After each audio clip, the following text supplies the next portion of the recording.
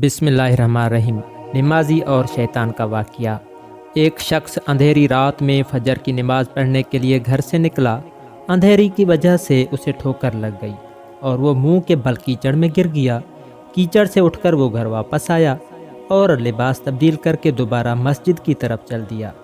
ابھی چند قدم ہی چلا تھا کہ دوبارہ اسے ٹھوکر لگی اور وہ دوبارہ کیچڑ میں گر گیا۔ کیچڑ سے اٹھ کر وہ پھر دوبارہ اپنے گھر گیا، لباس بدلا اور مسجد جانے کے لیے دوبارہ گھر سے نکلا۔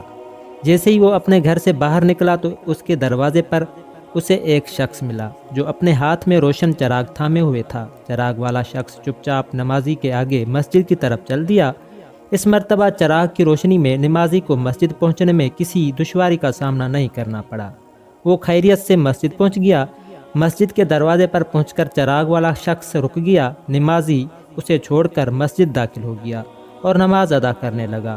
نماز سے فارغ ہو کر وہ مسجد کے باہر آیا تو وہ چراغ والا شخص اس کا انتظار کر رہا تھا تاکہ اس نمازی کو چراغ کی روشنی میں گھر چھوڑائے۔ جب نمازی گھر پہنچ گیا تو نمازی نے اجنبی شخص سے پوچھا، آپ کون ہیں؟ اجنبی بولا، سچ بتاؤں تو میں ابلیس ہوں۔ نمازی کی تو حیرت کی انتہا نہ رہی۔ اس اجنبی کی یہ بات سن کر نمازی سوچنے لگا، ابلیس شیطان کیسے مجھے مسجد تک چھوڑ سکتا ہے؟ اس کا کام تو لوگوں کو بہکانا ہے۔ تو اس شخص نے بڑی حیرت کے ساتھ ابلیس سے پوچھا، تجھے تو میری نماز رہ جانے پہ خوش ہونا چاہیے تھا، مگر تم تو چراغ کی روشنی میں مجھے مسجد تک چھوڑنے آئے۔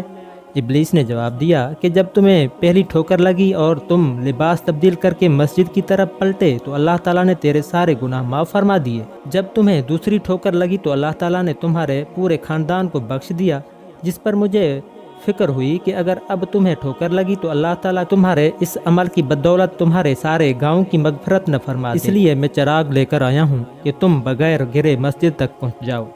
اس شخص نے جیسے ہی یہ بات سنی تو اس نے اللہ تعالیٰ کی بارگاہ میں اپنا سر جھکا کر اللہ کا شکر ادا کیا۔ تو دوستوں، یہ ہے ہمارے رب کی شان، سبحان اللہ۔